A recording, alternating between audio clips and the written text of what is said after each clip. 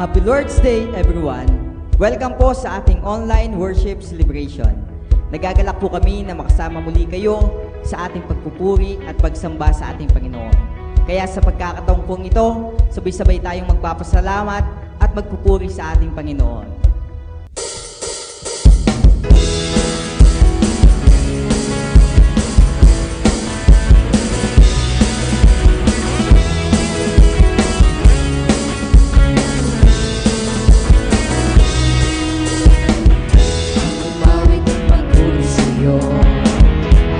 Tugon sa pag-ibig mo, langit at lupa sa'yo nagsasamba. O Diyos, purihin ka, dakila ka talaga. Ang umawit ang pagpuri sa'yo, aking tugon sa pag-ibig mo, langit at lupa sa'yo nagsasamba. O Diyos, purihin ka, dakila ka talaga. Ikaw ang hinahanap ko sa buhay kong ito. Pag wala ka ay di makontento sa tuwing sumasamba sa'yo. Sa'yo na kasi ang tunay na nadarama ko.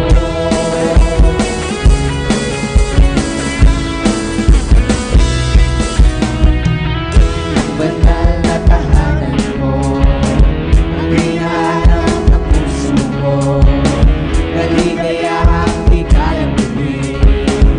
Sa'yo ko nang alaman, ako'y malagala. Ikaw ang hinahanap ko sa buhay kong ito. Pag wala ka ay di makontento sa tuwing sumasamba sa'yo. Sigit-sigari lang kasi ang tunay na nadarama. Ang hinahanap ko sa buhay kong ito. Pag wala ka ay di makontento sa tuwing sumasamba sa'yo. Sigit-sigari lang kasi ang tunay na nadarama ko.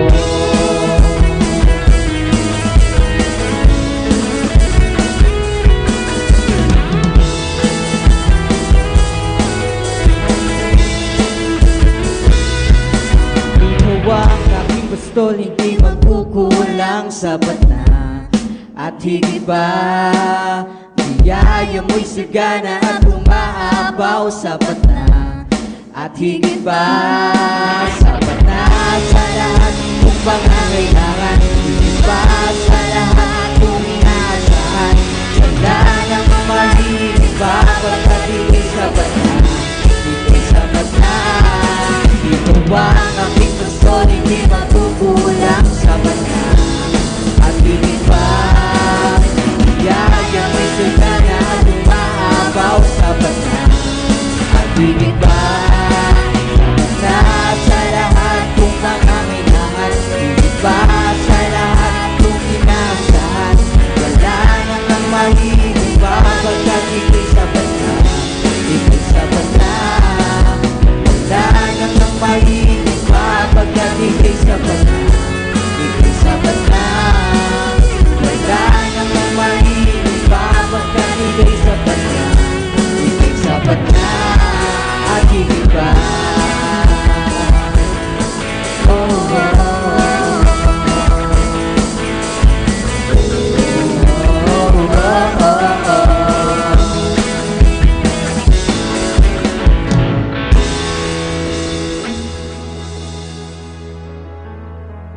Amen. Hallelujah.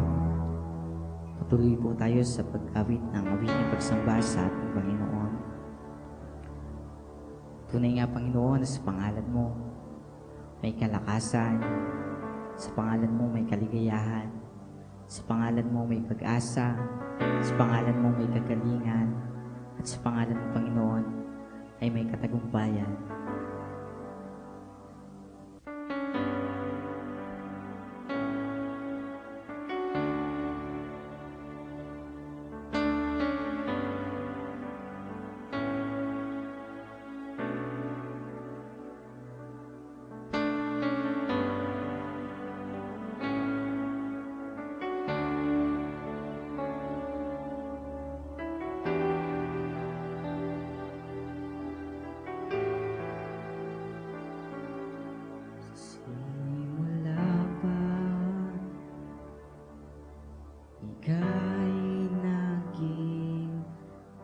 ba?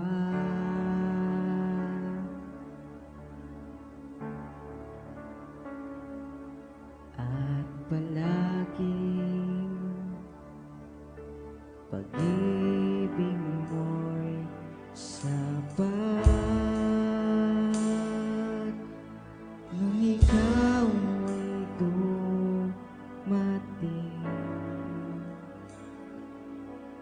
Lumiwanag ang dilim, iyong trono ay iniwan upang ako'y matagpuan. Tinatanggap kita, tinatanggap kita. Sa pangalan mo may kaligtasan, sa pangalan mo may kagalingan, sa pangalan mo may katagumpayan, sa pangalan mo, Jesus, sa pangalan mo, Jesus.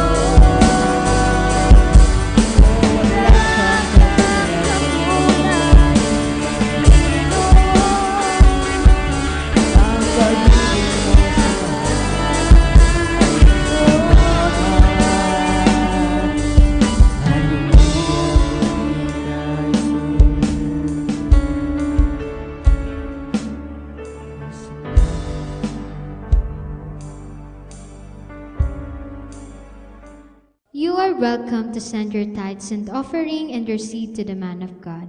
May the Lord bless your generosity and your support in our ministry.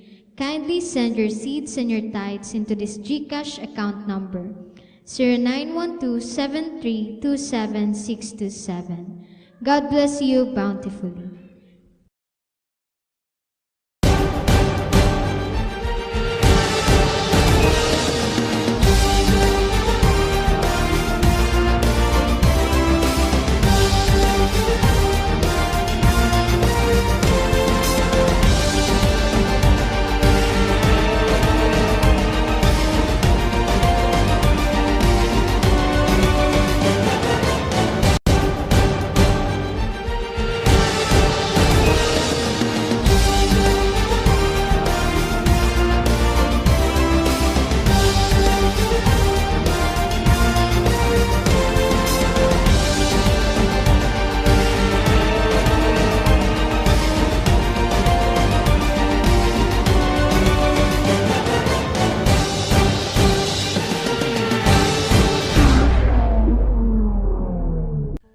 Happy Lord's Day po sa ating lahat. Pagpalain po tayo ng Panginoon. Welcome po sa ating online worship celebration at sa ating on-site worship celebration. Sa lahat ng inaabot ng gawain ito sa iba't ibang panig ng mundo, pagpalain kayo ng ating Panginoon. Salamat po sa inyo pong pagsama sa ating panambahan.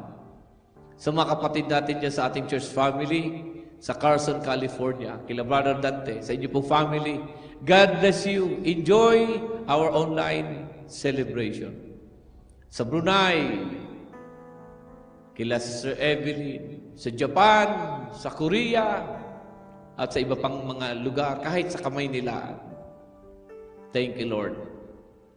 My topic today is entitled, Loving People, the second greatest purpose of life. Loving people, the second greatest purpose of life. It's found in Matthew 22:36-40. Teacher, which is the greatest commandment in the law? Jesus replied, love the Lord your God with all your heart, with all your soul, and with all your mind. This is the first and greatest commandment. And the second is like it. Love your neighbor as yourself. All the law and the prophets hang on these two commandments. Maraming tao ang nagtatanong, ano ba talaga ang layunin ng buhay?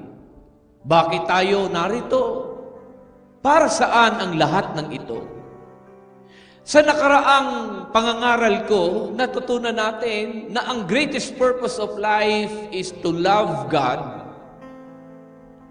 Pero hindi doon natatapos ang utos ng Panginoong Hesus. Sabi niya, ang pangalawa ay kapareho rin ng una. Love your neighbor as yourself. Ibig sabihin, the second greatest purpose of life is to love people. You cannot truly love God without loving people. In 1 John 4:20, whoever claims to love God yet hates a brother or sister is a liar.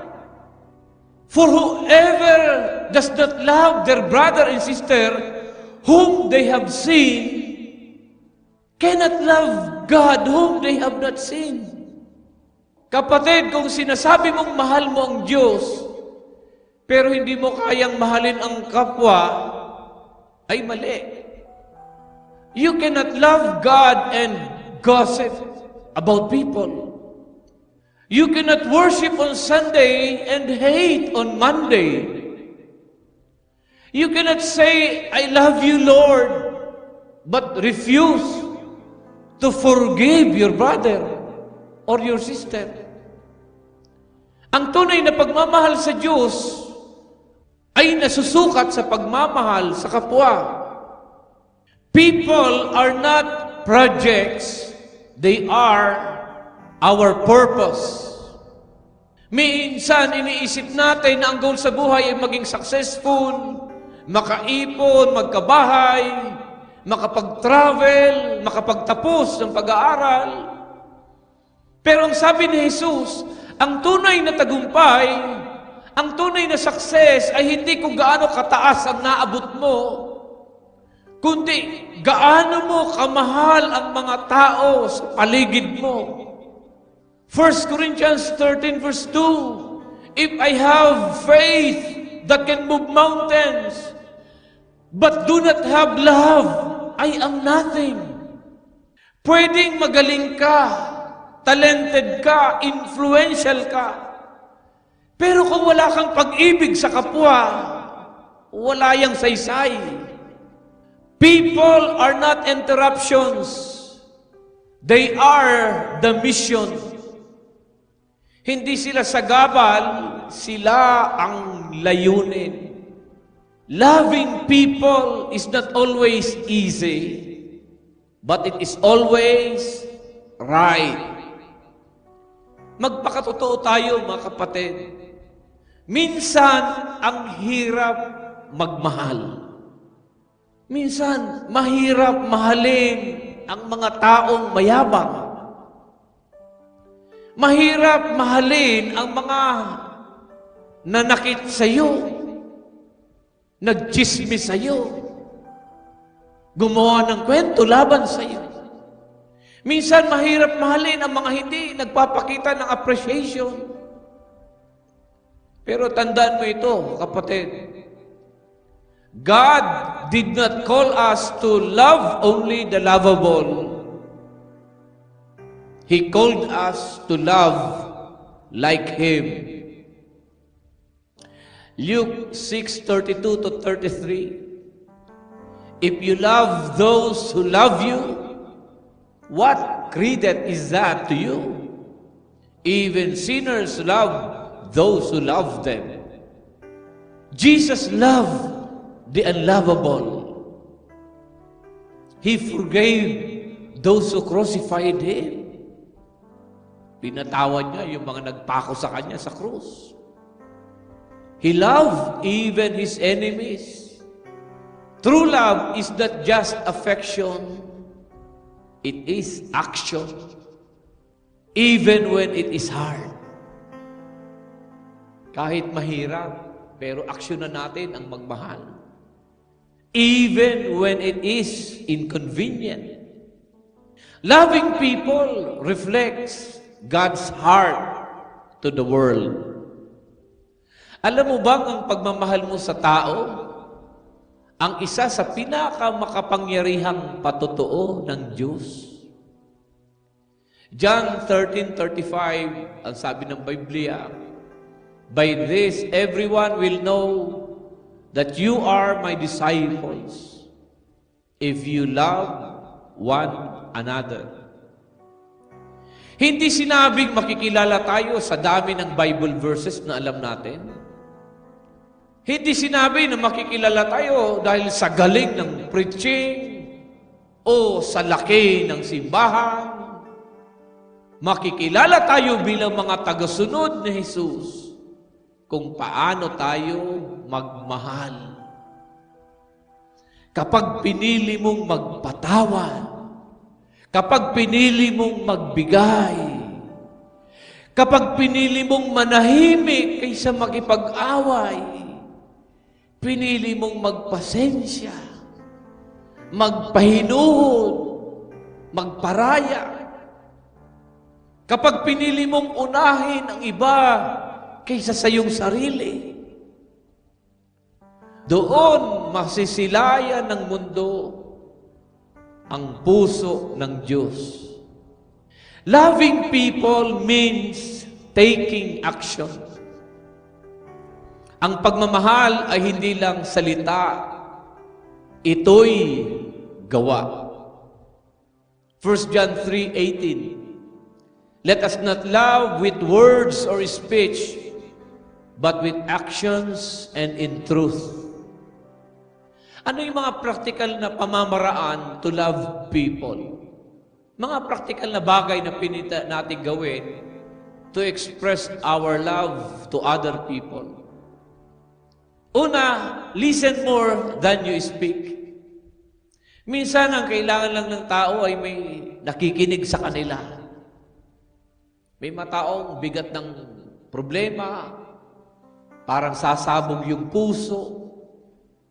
Nangangailangan sila ng mga taong makikinig sa kanila. Minsan, di mo kailangan magsalita. Nakinig ka lang, pinakinggan mo lang. Na a-unload sila. Nakakaramdam sila ng kagaanan. Listen more than you speak. Give time to listen to other people sa kanilang mga problemang pinagdadaanan. Paano pa? Forgive those who wrong you. Forgive those who wrong you. May maling ginawa sa iyo. Palipasin mo, patawarin mo.